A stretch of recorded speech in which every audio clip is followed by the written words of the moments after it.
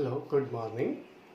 Today my fifth lecture of August 2020 and we were discussing about the temperature dependence of resistance of a substance. और इसके अंदर हम लोगों ने क्या किया था कि तीन तरह के सब्सटेंसेस के बारे में डिस्कस किया था। पहला किया था हमने इंसुलेटर्स का टेम्परेचर बढ़ने पर रेजिस्टेंस क्या होता है, डिक्रीज होता है।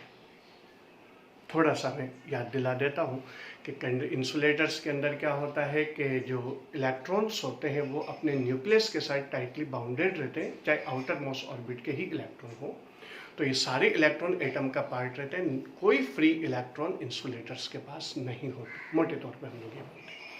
जब हम लोग बैटरी कनेक्ट करेंगे तो क्योंकि इलेक्ट्रॉन कोई फ्री है ही नहीं तो उनका कोई फ्लो नहीं होगा, इलेक्ट्रॉन का कोई फ्लो नहीं होगा तो करंट कॉन्स्टिट्यूट नहीं होगी and insulator shows a very high resistance. अब दूसरी चीज पर आ जाओ, और दूसरी चीज क्या है कि आपके पास यहाँ पर क्या होगा कि अब आपने टेम्परेचर बढ़ाया तो एनर्जी लेकर के कुछ वैलेंस इलेक्ट्रॉन यानी वैलेंस बैंड यानी आउटर मोस्ट ऑर्बिट के इलेक्ट्रॉन है वो अपनी बॉन्डिंग यानी अपने जो एक्स है ऑर्बिट है उस ऑर्बिट से बाहर निकल जाते हैं and they become free electrons. जब हम लोग ऐसे सब्सटेंस को बैटरी से कनेक्ट करते हैं तो यही जो फ्री हुए थे इलेक्ट्रॉन बाहर निकले थे एटम में से, वही इलेक्ट्रॉन फ्लो होकर के एक माइन्यूट सी करंट कॉन्स्टिट्यूट करते हैं। दैट मीन्स पहले करंट रेजिस्टेंस ज़्यादा था, अब रेजिस्टेंस कम हो गया। पहले रेजिस्टेंस ज़्यादा था, करंट कॉन्स्टिट्यूट नहीं हुई थी। अब रेजिस्टेंस टेम्परेचर बढ़ा तो करंट कॉन्स्टिट्यूट हो गई। इसका मतलब रेजिस्टेंस क्या हो गया, घट गया। इंसुलेटर्स के अंदर टेम्परेचर बढ़ने पर रेजिस्टेंस क्या होता है, डिक्रीज होता है। सेमीकंडक्टर्स के बारे में हमने डिस्कस किया था कि सेमीकंडक्टर के अंदर क्या होता है, टेट्रावैलेंट होते हैं। जर्मेनियम और सिलिकॉन कार्बन टेट्रावैलेंट होते हुए भी इंसुलेटर कंसीडर किया जाता है क्योंकि उसके आउटर मोस्ट ऑर्बिट के इलेक्ट्रॉन अपने न्यूक्लियस के साथ टाइटली बाउंडेड रहते हैं। जर्मेनियम सिलिकॉन के साथ ऐसा नहीं होता, उतने टाइटली बाउंडेड नहीं होते। इसके अंदर क्या होता है कि हमारे पास क्या होता है, हर एक जर्मेनियम एटम अपने आसपास के 4 जर्मेनियम एटम्स के साथ कोवेलेंट बॉन्ड फॉर्म करता है। तो कोई सारे के सारे इलेक्ट्रॉन्स वैलेंस बैंड में ही रहे, कोई बाहर नहीं निकला एटम से बाहर, कोई फ्री इलेक्ट्रॉन नहीं। और जो ही आपने बैटरी कनेक्ट की, बैटरी कनेक्ट करते ही क्योंकि इलेक्ट्रॉन है ही नहीं, इस वजह से ये कोई फ्लो नहीं होंगे, कोई करंट कॉन्स्टिट्यूट नहीं होगी and the semiconductor behaves like an insulator at low temperature. लेकिन जो ही हम लोग टेम्परेचर इंक्रीज करेंगे तो बॉन्डिंग टूटेगी तो इलेक्ट्रॉन बाहर निकलेंगे, दे बिकम फ्री इलेक्ट्रॉन। और जो बॉन्डिंग है उस बॉन्डिंग के अंदर एक वैकेंट स्पेस बन जाता है that shows electron affinity called holes. अब जब हम बैटरी कनेक्ट करेंगे तो होल्स पॉजिटिव चार्ज कैरियर की तरफ बिहेव करते हैं क्योंकि इलेक्ट्रॉन एफिनिटी शो कर रहे हैं, अपना खुद का चार्ज नहीं होता लेकिन चार्ज कैरियर की तरफ बिहेव करते हैं, पॉजिटिवली चार्ज कैरियर।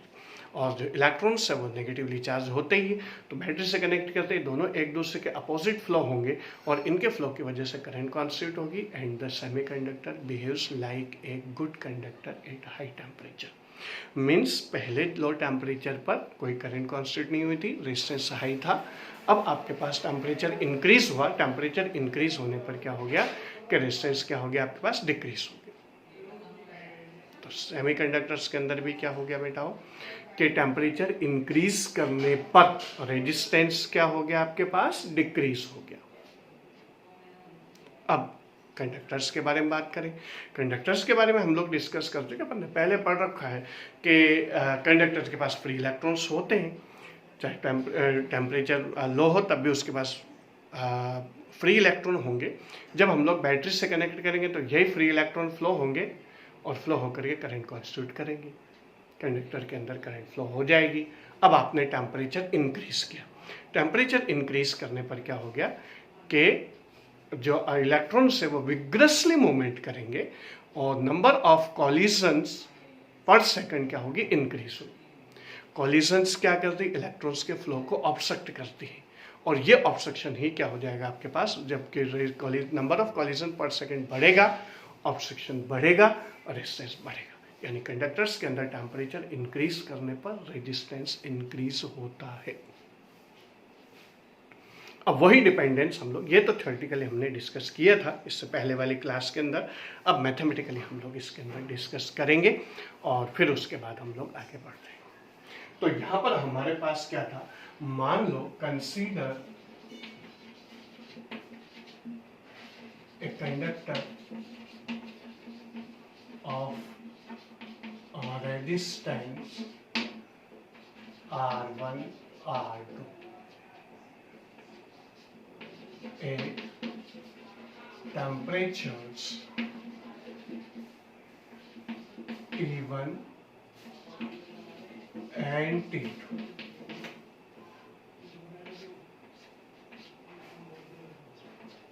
दो रेजिस्टेंस ले लिए हमने, कितने कितने टेम्परेचर्स पर, T1 T2 पर।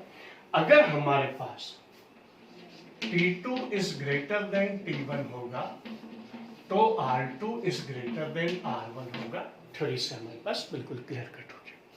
अब ये जो इंक्रीज इन रेजिस्टेंस है, जिसे हम लोग R2 माइनस R1 से फाइंड आउट कर सकते हैं, ये इंक्रीज इन रेजिस्टेंस दो फैक्टर पर डिपेंड करेगा, तीन फैक्टर पर डिपेंड करेगा। एक नेचर ऑफ मटेरियल पर डिपेंड करेगा और दो सिटीज इसके अंदर, एक तो इनिशियल रेजिस्टेंस पर डिपेंड करता है और एक इंक्रीज इन टेम्परेचर पर डिपेंड करेगा।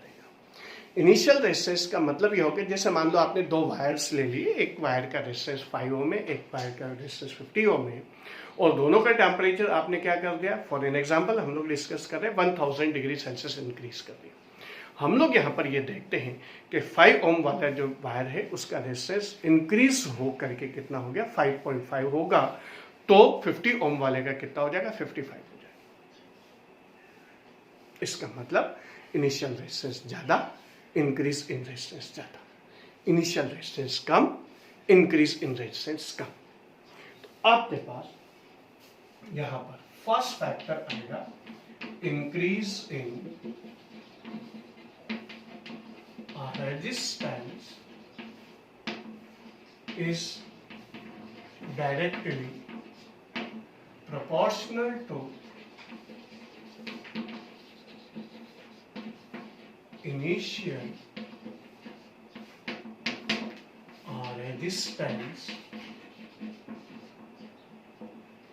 resistance of the conductor.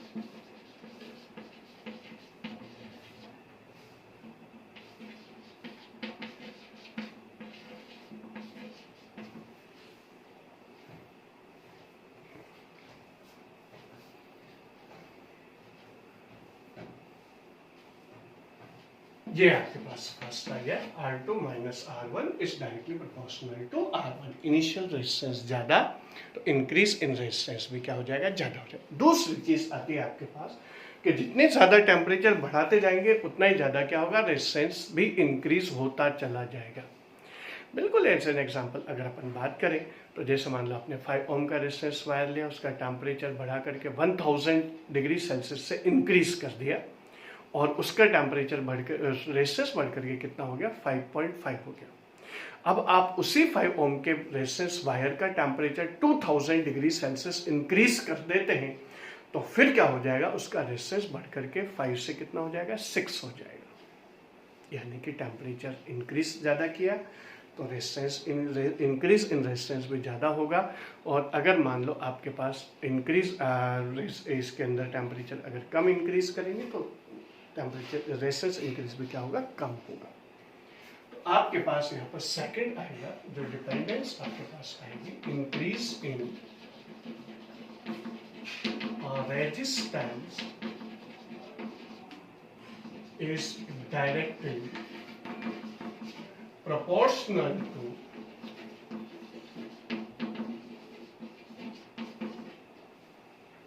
increase in temperature of the wire. ये आपके पास इसके अंदर वैल्यू आएगी।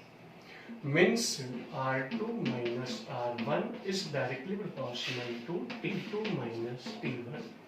ये दो डिपेंडेंस आपके पास इसके अंदर आए। तीसरी nature of material of conductor है इसे। तो हमारे पास ये दो डिपेंडेंस हो गई। अब हमारे पास क्या हो जाएगा, R2 माइनस R1, कंबाइन कर देंगे दोनों को, combine first and second, R2 minus R1 is equal to R1 T2 minus T1। प्रिकॉस्टे का साइन हटाएंगे, प्रिकॉस्टे कांस्टेंट आ जाएगा R2 minus R1 is equal to alpha R1 T2 minus T1। Alpha क्या है यहाँ पर, टेम्परेचर कोफिशिएंट ऑफ रेजिस्टेंस होता है। अल्फा क्या हो जाएगा, टेम्परेचर कोफिशिएंट ऑफ रेजिस्टेंस, और अल्फा इज इक्वल टू आ जाएगा R2 minus R1 upon R1 into T2 minus T1। अब डेफिनेशन आ जाएगी टेम्परेचर कोफिशिएंट ऑफ रेजिस्टेंस की, और हम लोग अच्छी तरह से जानते हैं R1 इज इक्वल टू अपन कितना लेंगे, 1 लेंगे, 1 हो, और T2 minus T1 is equal to कितना लेंगे अपन, 1 डिग्री सेल्सियस लेंगे, तो अल्फा इज इक्वल टू कितना आ जाएगा आपके पास, R2 माइनस R1। यानी temperature coefficient of resistance of a wire is defined as the increase in resistance of a conductor of resistance 1 ohm by increasing its temperature through 1 degree Celsius। 1 ohm के resistance wire का temperature 1 degree Celsius से बढ़ाने पर उसके resistance में जो increase होगा वही उसका क्या कहलाएगा, टेम्परेचर कोफिशिएंट कहलाएगा। Temperature coefficient of resistance is defined as the increase in resistance of a conductor of initial resistance 1 ohm by increasing its temperature through 1 degree Celsius। जहाँ तक यूनिट का सवाल है हमारे पास, इसके अल्फा की जो यूनिट आ जाएगी वो आ जाएगी आपके पास पर केल्विन, ऐसा है।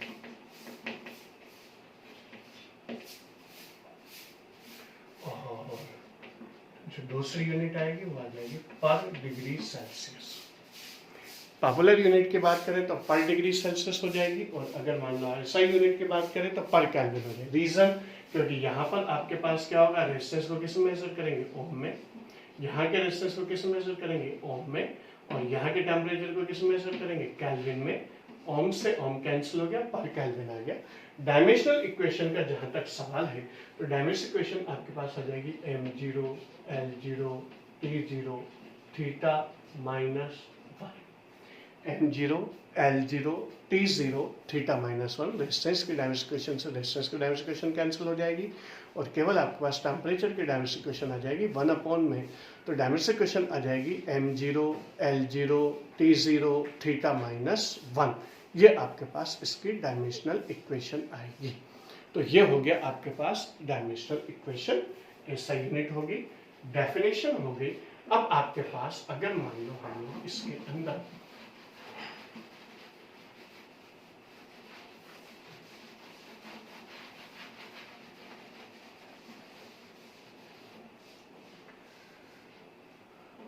if T1 is equal to 0 degree Celsius, T2 is equal to T degree Celsius, R1 is equal to R0, RT is equal to कितना, R2 is equal to कितना ले अपन, RT ले लें, तो हमारे पास इस इक्वेशन के हिसाब से R2 की जगह RT, R1 की जगह R0, alpha R0 T minus 0, इस वाली तो RT इज इक्वल टू, इस R0 को इस साइड में लेंगे, प्लस का बन जाएगा, प्लस R0 अल्फा T या R T is equal to आ जाएगा R0 common 1 plus alpha T. किसी भी रेजिस्टेंस वायर का टेम्परेचर अगर हमें इस तरह से फाइंड आउट करना हो कि 0 डिग्री सेल्सियस पर रेजिस्टेंस इतना है, 100 पर, 200 पर, 300 पर, तो हम लोग इस फॉर्मूले से डायरेक्ट वैल्यू कैलकुलेट कर सकते हैं। टेम्परेचर कोएफिशिएंट ऑफ रेजिस्टेंस आपके पास होना चाहिए। अगर हम लोग रेजिस्टिविटी के लिए निकालेंगे तो रेजिस्टिविटी के लिए भी हमारे पास सेम रिलेशन आएगा, rho T is equal to rho 0 1 plus alpha T. Resistivity at T degree Celsius, resistivity at 0 degree Celsius, बाकी रिलेशनशिप वैसा का वैसा ही हम लोगों के पास आ जाएगा। तो ये आपके पास रेजिस्टिविटी और बाकी की चीज़ है। रेजिस्टिविटी के बारे में आप लोगों को बता दूं, रेजिस्टिविटी केवल टेम्परेचर के ऊपर डिपेंड करती है और नेचर ऑफ मटेरियल पर डिपेंड करती है। पहले क्लास के अंदर हम लोग डिस्कस कर चुके हैं। ये लेंथ और एरिया ऑफ क्रॉस सेक्शन पर डिपेंड नहीं करती, क्योंकि हम जब डेफिनेशन पढ़ते हैं या डेफिनेशन देखते हैं तो जो रेजिस्टिविटी है उसकी डेफिनेशन आपके पास क्या मिलती है, unit length and unit area of cross section. तो इसका मतलब लेंथ और एरिया ऑफ क्रॉस सेक्शन आप 1 ले चुके तो उसके ऊपर डिपेंड करने का सवाल ही पैदा नहीं होता। तो यहाँ पर आपके पास रेजिस्टिविटी किस पर डिपेंड करती है, नेचर ऑफ मटेरियल पर डिपेंड करती है। दूसरी चीज़ टेम्परेचर पर उसकी डिपेंडेंस आती है। तो कहने का मतलब ये हुआ कि ये हमारे पास temperature dependence of resistance of एक कंडक्टर के अंदर वैल्यूज आती है। इसके बाद एक और चीज़ मैं आप लोगों को बताता चलूँ कि रेजिस्टेंस ऑफ कंडक्टर के केस के अंदर हमारे पास क्या होता है कि कई बार क्वेश्चन आता है इसके अंदर, रेजिस्टिविटी के अंदर, रेजिस्टिविटी डिपेंड्स अपॉन, पहला आएगा लेंथ, सेकंड आएगा area of cross section, third आएगा नेचर ऑफ मटेरियल और फोर्थ आएगा लेंथ आ गया, एरिया ऑफ क्रॉस सेक्शन आ गया, ये आ गया, और फोर्थ आएगा ऑल ऑफ अबव। तो अगर ऑल ऑफ अबव अगर अपन ने फॉर्मूले के बेसिस पर length, area of cross section, nature के तीनों का कर दिया तो गलत हो जाएगा। क्यों? क्योंकि रेजिस्टिविटी किस पर डिपेंड करती है, only and only nature of material पर और टेम्परेचर पर। अगर टेम्परेचर की बात आती है उसमें ऑप्शंस के अंदर टेम्परेचर के ऑप्शंस आते हैं, then will go through the temperature also. लेकिन अगर मान लो आपके पास length, area of cross section, nature of material 3 आते हैं और फिर ऑल ऑफ अबव का ऑप्शन आता है, then you go for the C option, that is nature of material of conductor. और रीज़न भी मैंने बता दिया था कि ये डिपेंड करता है क्योंकि रेजिस्टिविटी इज इक्वल टू होता है आपके पास m/n/e², तो m मास,